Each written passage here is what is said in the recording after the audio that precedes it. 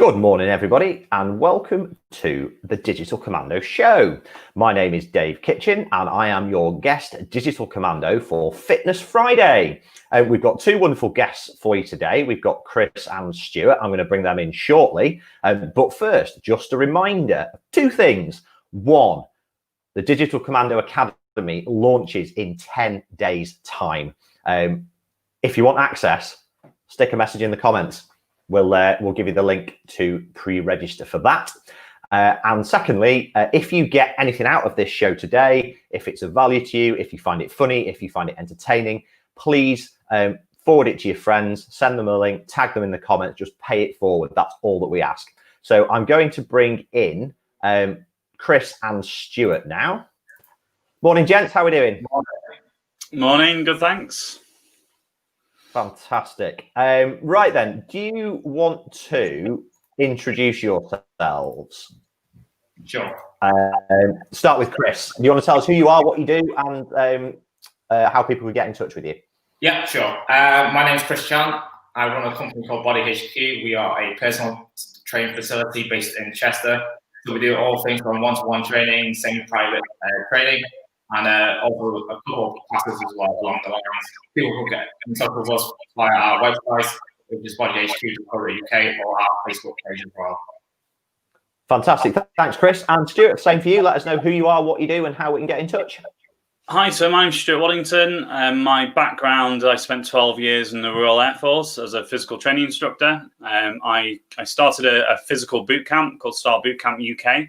And then in the current climate, we took the opportunity to go online. So we also have Time Buster Training, which is obviously an online platform. So Star Boot Camp UK is on its way back.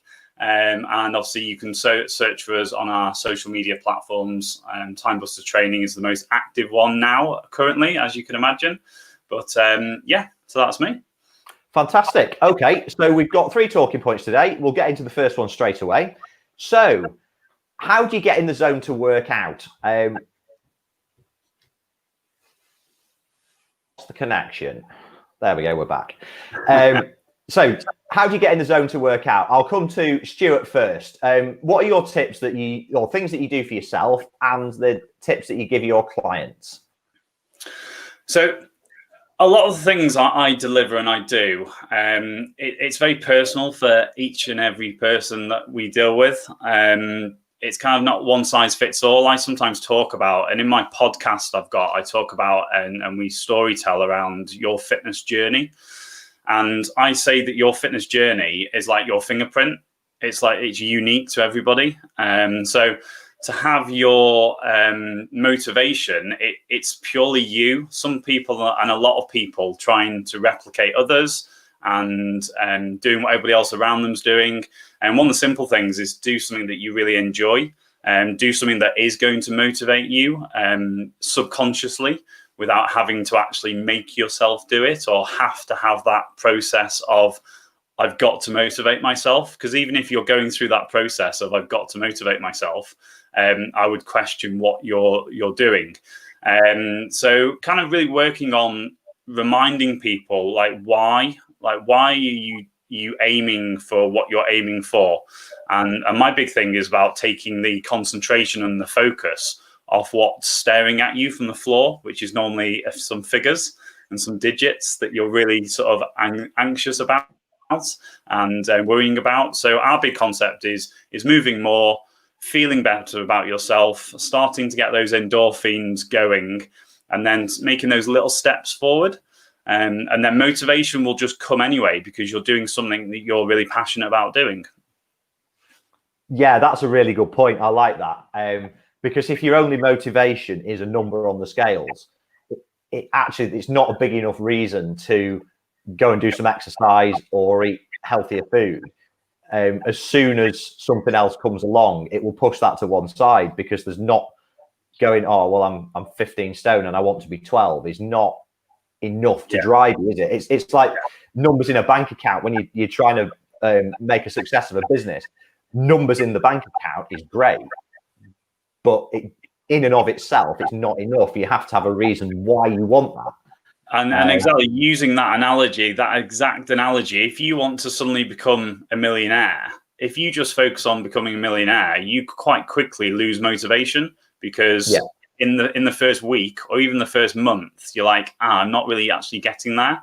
If we focus on just getting the first pound or the first £10 in the first week, and then having that effect of, actually, this is quite good.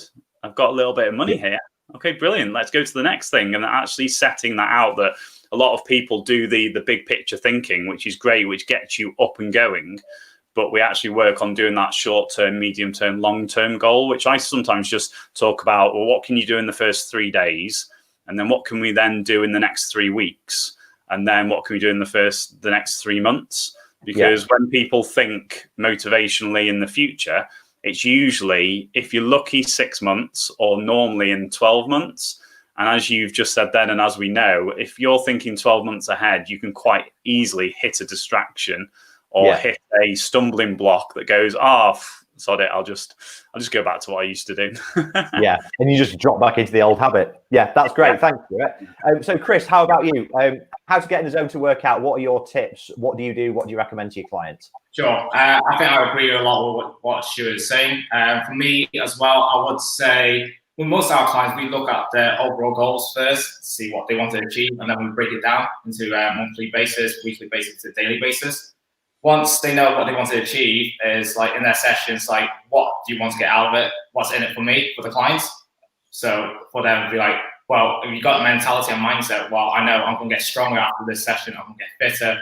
I'm going to be able to do a lot more things that I probably won't be able to do if I didn't have that plan in place. So in that way, I know that the client, they will guarantee they'll feel stronger, they'll feel a lot better about themselves. Other things to get them into the zone is like, even simple things like music or something like that, or having like a coffee or something like that. For some people, you need to find out what works for you. Not everything works for me, works the same for another person. So they need to find their sweet spot, what works for them. Sometimes trial and error, and then after that, they should be able to get going. Also, having some sort of support behind there as well will help. I think even if it's not a coach or trainer, it could be a friend and family, will make a massive difference. Actually, I've got a question for you guys, and this is something I've read a little bit about. Is when somebody wants to make a change to their life, they want to lose some weight, they want to get fitter and stronger, and whatever their goal is around their health. Do you guys sometimes find that there's like somebody in their ear, like a negative voice from the outside, like a family member, a husband, a wife, a boyfriend, a girlfriend, a mum, a dad, that's kind of often holds them back because that other person doesn't understand the need and the want to change their life a bit? Is that something you guys come across? Yeah, I see that all the time, happening a lot. I see my job. A lot of people see me as a counselor as well as a trainer and coach. I think Stuart probably as well. But it's something that I think people need to just educate a bit more, just get that bit more support. Sometimes what my clients do, they bring their family down to chat to me about it, to see my point of view, because they got their point of view, but then there might be another side to the story. Yeah, that's good. What about you, Stuart? Do you see that as well? Yeah, so I talk a lot, and I've actually got a good story about a client that I actually got rid of quite early on, because we actually spoke about, let's just, for example, say they had like 10 things in their life that was really kind of stretching them already. And then to, to then add their fitness aspirations to that, it just wasn't going to work. So I sent them away and said, right, listen, let's work on, and again, we don't like the word selfishness because it kind of breeds that kind of big-headed, one-dimensional, it's all about me. But I talk about internal selfishness, about giving yourself some self-worth and actually thinking about, actually, this is important to me. And I just said to this lady, I said, go away and just maybe cut things down to maybe 5 things and actually put yourself first for once. And again, it wasn't that abrupt, but you can kind of see what I was going with. And you're right, Chris, like sometimes you do have that because you're not part of their, as I call, inner circle. So family, friends, people they interact with on a regular basis. Sometimes the accountability of actually implementing something new in your life can have a massive impact by bringing somebody who's completely outside your circle in. And that's why it's so important. And Chris will know this as well, but by collating a group of like-minded people. So we have groups of people who come to train at the gym or come online, and it's their time to focus on them and what they're trying to achieve. Yeah, that's really good. The reason I asked the question is I read a book. I don't know if either of you have read it. It's called The Pleasure Trap, and it's basically about psychology and biology around how we become addicted to certain types of food, and particularly junk food. But one of the things in the book is it goes on to talk about how you can kind of sort that out in your life. But one of the things you have to watch for is people around, well-meaning people around you dragging you down because they don't actually necessarily believe in what you're doing. And the fact that you say, no, I don't want a piece of cake, it starts to offend some people. And actually, you're doing the right thing by saying, no, I don't want that piece of cake today. It's not that you can never have it, but it's about, for me, kind of doing what's right for you at the time and moderating it so that you don't end up having, a slice of cake every day of the week. Yeah. I just, so when you're saying about motivation, I've just had, it should be released publicly this weekend, but I've just had a guy called Ricky Moylan on my podcast, and he's been in the camp of 5 world champions in boxing, and he has been in with like Red Bull at elite training. And it was really interesting when he spoke about motivation, because we look at all these high performers and we think they love training and it just comes easy to them. And he said they don't. They hate training. He said the big difference is they're focused, like tunnel focused on like success and winning and having that kind of massive internal selfishness. So it was really interesting how he put it, and obviously being with those people that Chris will probably say as well, I sometimes struggle to get motivated. And when you see people in the fitness industry and you see people that are like on the face of it, killing it, and it looks easy, it's not. Okay. You have to have that process, and it's not just easy. So it was just really interesting how he put it. And again, for us normal people looking at world champions, we think, it just must be easy, and it's not. No, exactly. And I mean, the thing for me is I'm as of right now, I'm not in amazing shape at all. I've got a prolapse disc in my back, so I'm basically only just about able to do any exercise again now if I wanted to. But at previous times in my life, I've been in reasonable shape. And the thing that I did that worked really well was routine, so that the gym workout was at the same time on the days that I went to the gym, and the yoga session was at the same time every week.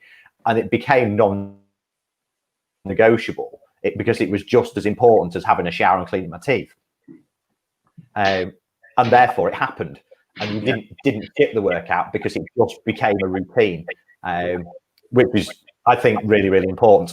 So we're going to move on to working out at home. We've had a question come in that kind of ties into the talking point anyway. So the talking point is how to work out at home. And Rebecca is asking for any tips for people who are dealing with kids being at home 24/7, but still want to work out. So what have you got? Do you want to go first, Chris?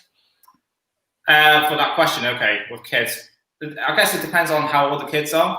Can't they not get them involved maybe as well? Maybe one option. It's either you set yourself a time, like a timetable. So like being skills, like this is my time to do the workouts. So we have clients who do that, and we do have clients who bring the kids along during this time at the moment. I don't know. For me, I think if it's a family, you should get involved, get the family involved. Just inspire them. And I'm sure if the kids see you working out, they probably want to get involved as well, join in. Make it fun, make it practical for them as well. That's what I feel. Yeah, definitely. I think getting the kids involved. Yeah, Rebecca's children are 6 and 3. So definitely get the 6-year-old involved. I would have thought. The 3-year-old might be a bit more interesting. I don't know. Fantastic. Stuart, what have you got for A, for Rebecca, and B, for generally how to work out at home especially given that, you know, at the moment we can't get in a gym, for example? Yeah, it's a great question. And it's something that I've experienced with going from physical boot camps to online as well, because it was really interesting to hear the perspective of some clients that when they come to the physical boot camp, it's their time out the house, it's their time away. And it's that kind of, when they went to do it in the house, what that brought up about exactly what Rebecca's saying there. I've got 4 children myself, and it was interesting speaking to a client that was doing online stuff and having this exact problem.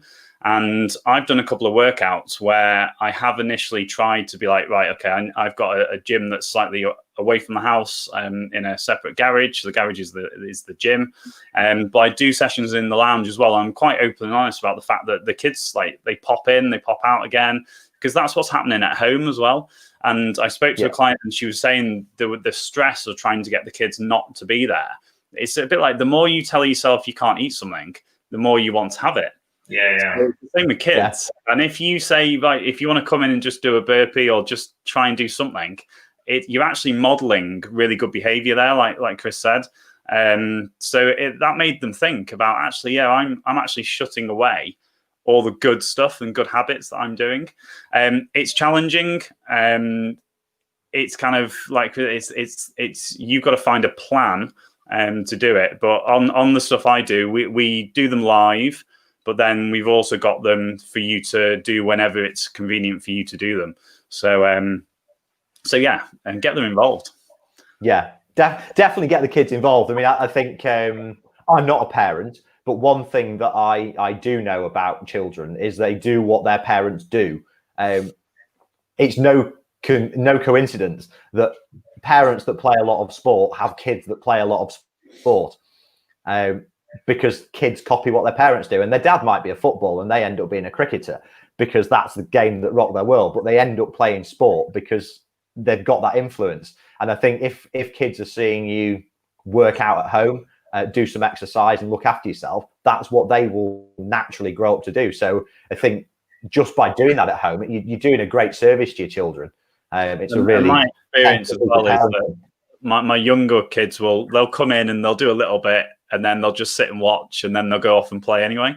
So sometimes the anxiety we have about what this could possibly turn into is actually we're creating that ourselves and not actually what it is going to be. Sometimes we sort of want perfection, don't we, all the time, and be like, I'm going to train now for this hour and it's going to be great and I'm just going to do exactly what I should do.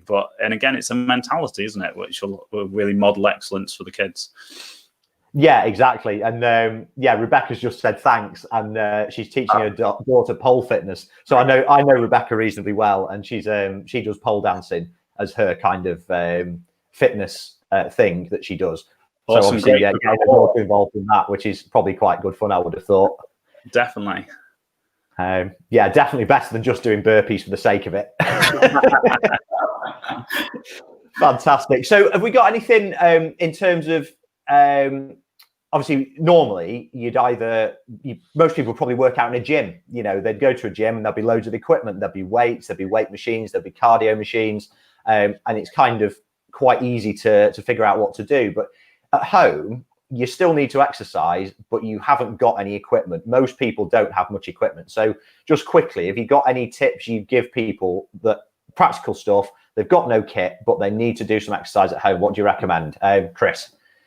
Right, okay. A couple of things that I've been doing with my members. One of them was learning how to train just using body weight again. Just help them understand it's not about moving point A to B, but it's about applying application to tension. So if any of the viewers want to give it a quick go, basically all you need to do is imagine if you had 2 hands pushing together, so you've got a bit of pressure pressing, so you get it up to almost like about 100%.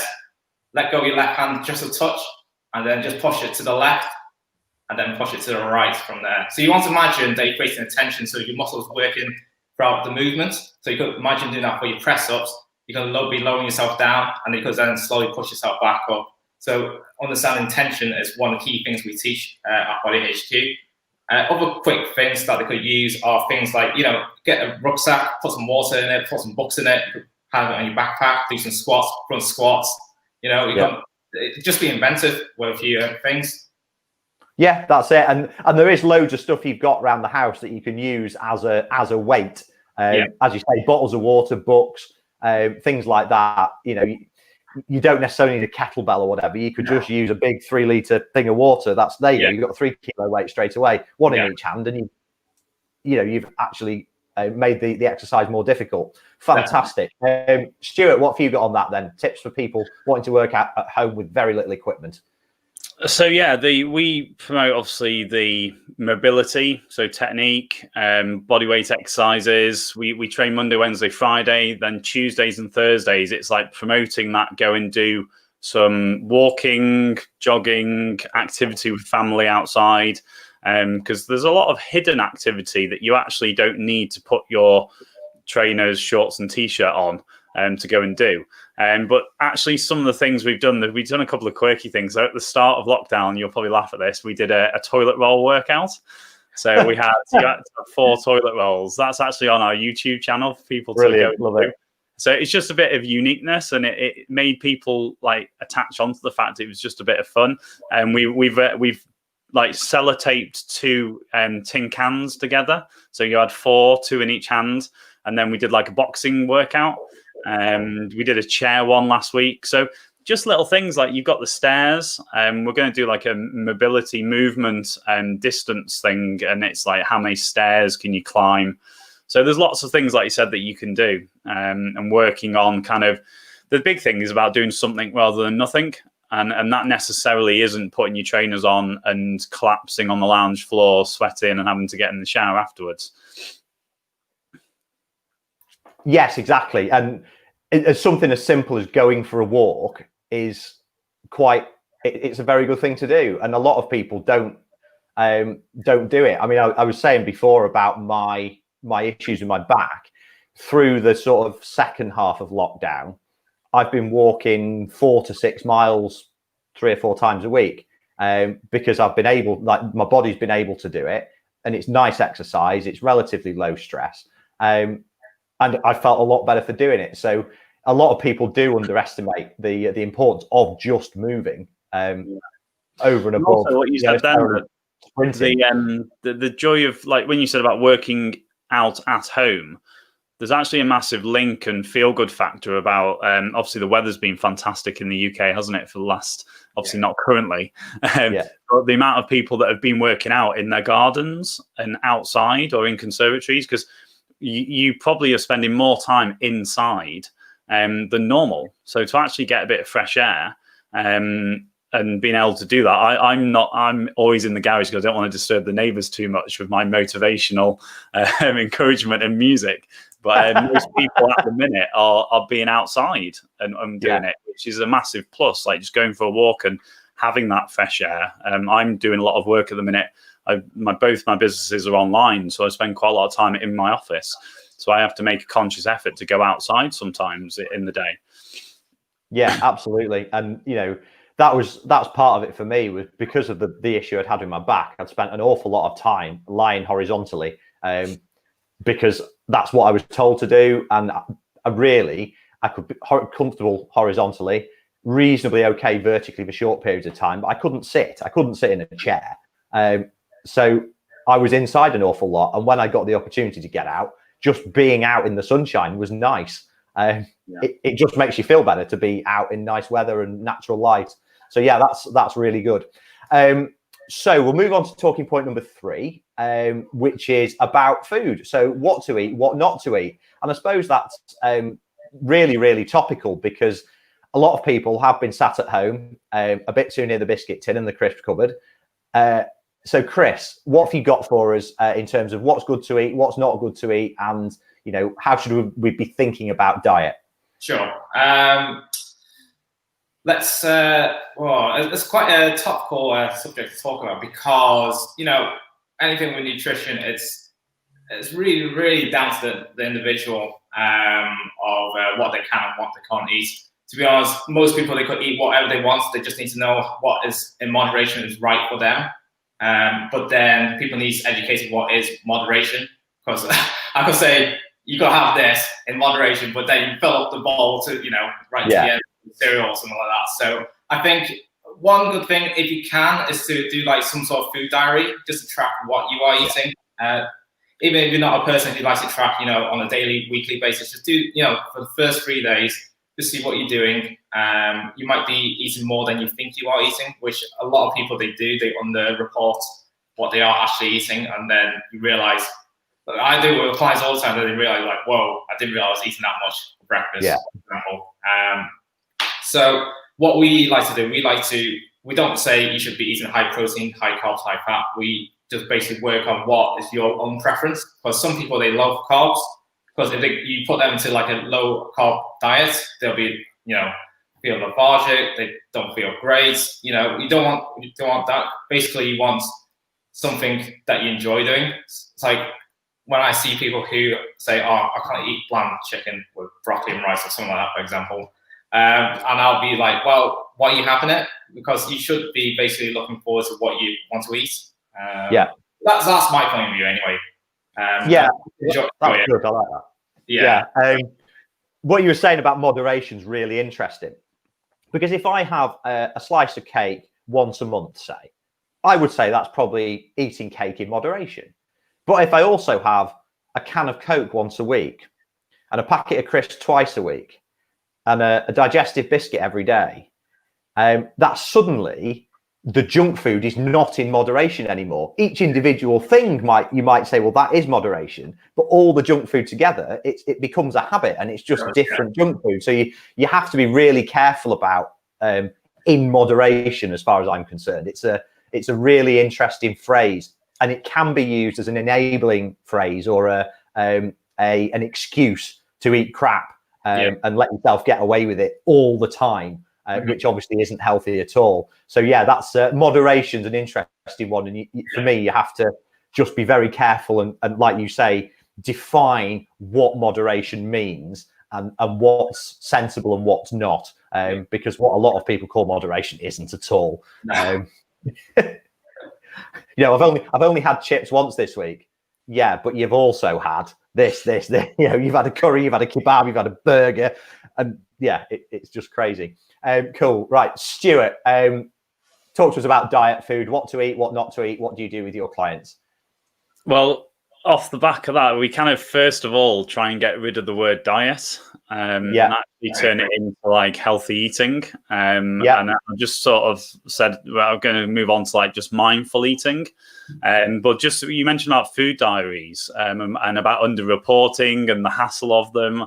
I kind of, when I work one-to-one with somebody, I've kind of created this doesn't even work for everybody either. So it's kind of like a funny one, but it's actually been quite impactful. So with modern technology, and you've always got your phone on you, there's a couple of things I offer for clients now. So we actually take pictures of everything that we've drank and eaten throughout the day. So they either send them to me on WhatsApp that evening, and even then there's underreporting.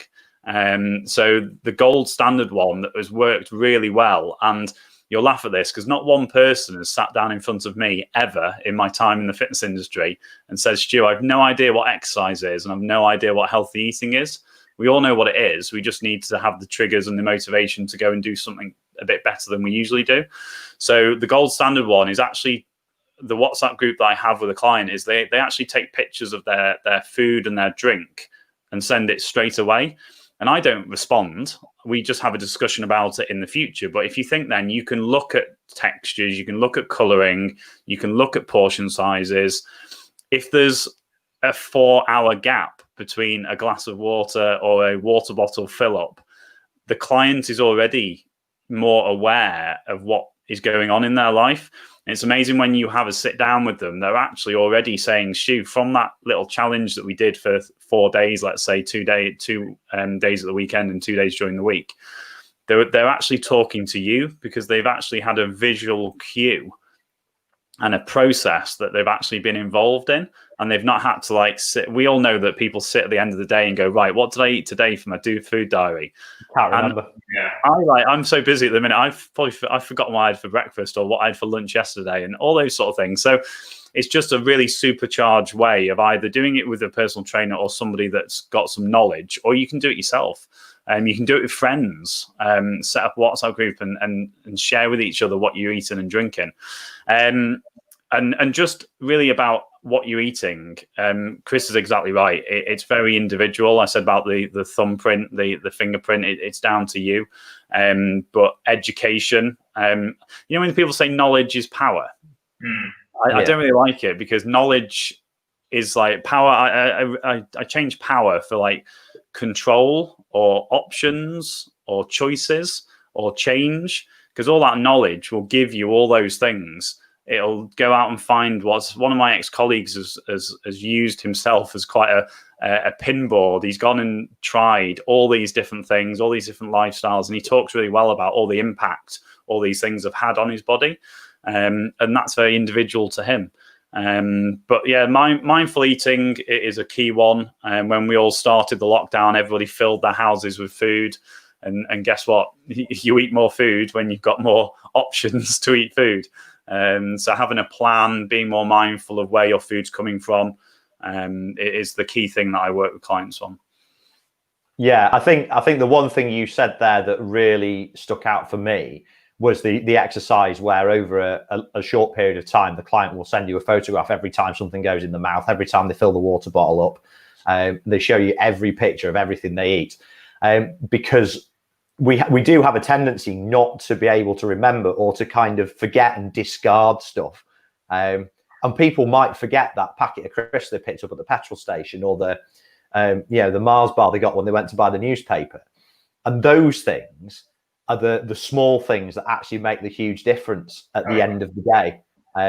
Because you might have had 3 decent meals that were reasonably healthy and a couple of healthy snacks, but if you've had a couple of really nasty pieces of junk food as well, it massively changes you from a small calorie deficit into a big calorie, what's the word I'm looking for? Surplus. And then you've got a problem, because you're the wrong side of the line, aren't you? If you're eating too many calories, ultimately the weight's going back on. So yeah, that's good. We've had a question come in from Sarah Gibson, and Sarah's asked, what supplements would you recommend, if any, for weight training to tone up? So I'd be interested in your thoughts here, because I'm not a big fan of supplements generally. So Chris, what do you think? Personally, for me, I would probably get your food in the right place first, make sure that's working first for you.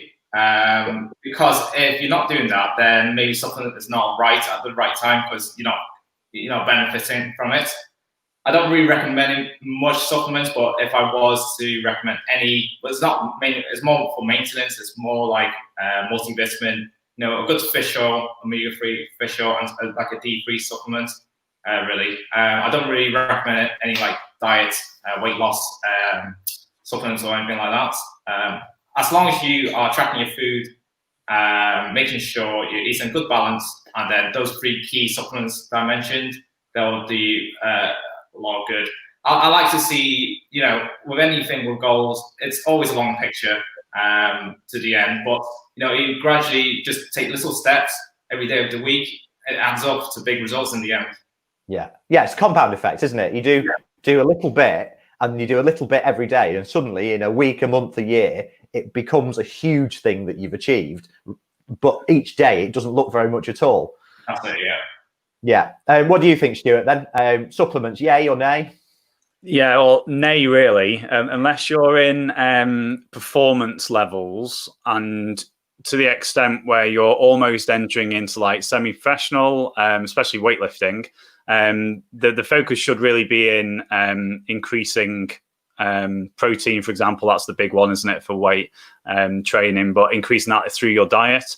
I did a lot of studies. I did sport and exercise science at uni, and I don't pretend to be an expert in supplements, but one of the biggest things that came out was a lot of the supplements, because you're not training at a level that's requiring it, it's just expensive because you're not taking it all in. And it still stayed with me to this day. When I've been in sort of training mode, when I've been in the military, I've taken a little bit of supplements, but we're talking like training 3 times a day and little bits. And again, an example here is that if you were taking a supplementary protein that instead of taking 3 scoops that the company will tell you to have, I was just taking 1 because I know I was eating well and having an increase in protein in my diet as well. In my healthy eating, not diet. So yeah, it's being, and again, it goes back to that mindfulness as well about, are you aware about the intensity and level that you're training, and are you aware of the level of your food intake? And this is quite a funny one. So I do this with quite a lot of people. What normally happens when we have this complete change is that we suddenly go from like, this is like the level of fitness. And so we quadruple our activity levels, and then we halve what we're eating.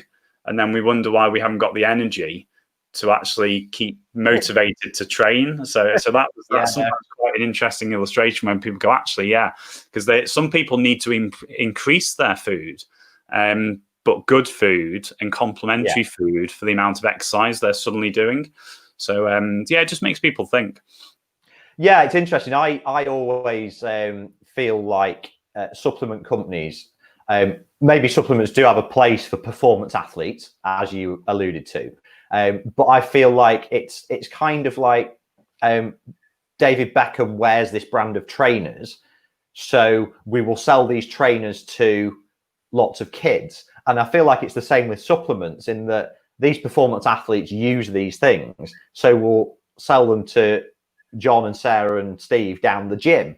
But actually, they've got absolutely no need for it. And it's just a piece of profiteering and marketing for a lot of people, because, as you say, they're not at the intensity level, they're not at the performance level that actually requires that product.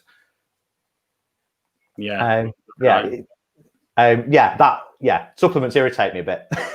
I just feel like it's, for most people, most of the time, complete waste of time.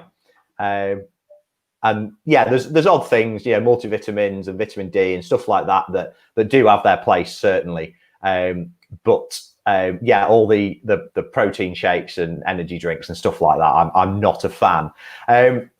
Okay, that brings us to the end of the show. What I'm going to do now is whiz around the room, let you guys just remind any viewers that joined us late who you are, what your business is, and how we can get in touch with you. So, Stuart, do you want to go first?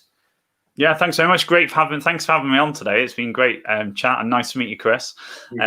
So my business really at the minute is Time Buster Training. You can find us on Facebook, Instagram, and we also have a YouTube channel where there's a couple of workouts on there if you're not in the private group. But the main thing on the YouTube channel is our podcasts. So I interview somebody once a week, and we share stories about fitness journeys, and the idea is to inform you, inspire you on your fitness journey. So if you want to go and check that out, and then obviously come and give me a shout if you want to join us. Fantastic. Thanks, Stuart. And Chris? Yep, thanks Dave for having me on today, and nice to meet you too, Stuart. So my business is Body HQ, so we're a personal training company based in Chester. Hopefully we'll be back open next month for that. So we do like one-to-one training and semi-private personal training. You can find us from Facebook, our website, bodyhq.co.uk, Instagram, Twitter. We're very easy to find. Fantastic. Thank you, Chris. Right. Thank you very much, guys. I really appreciate you being on the show today. Thank you very much to everybody that's watched. Don't forget, the Academy goes live in 10 days on the 15th of June. There'll be a form to pre-register over the weekend, so we'll pop that in the Facebook group. Do join the Facebook group if you're not already a member, because there's loads of great marketing tips in there. If you enjoyed the video today and you got value from it, you think somebody else would like it, enjoy it, or learn something, then please feel free to share it, pay it forward for us. Thank you very much for watching, and we will see you next week on Monday for Motivation Monday.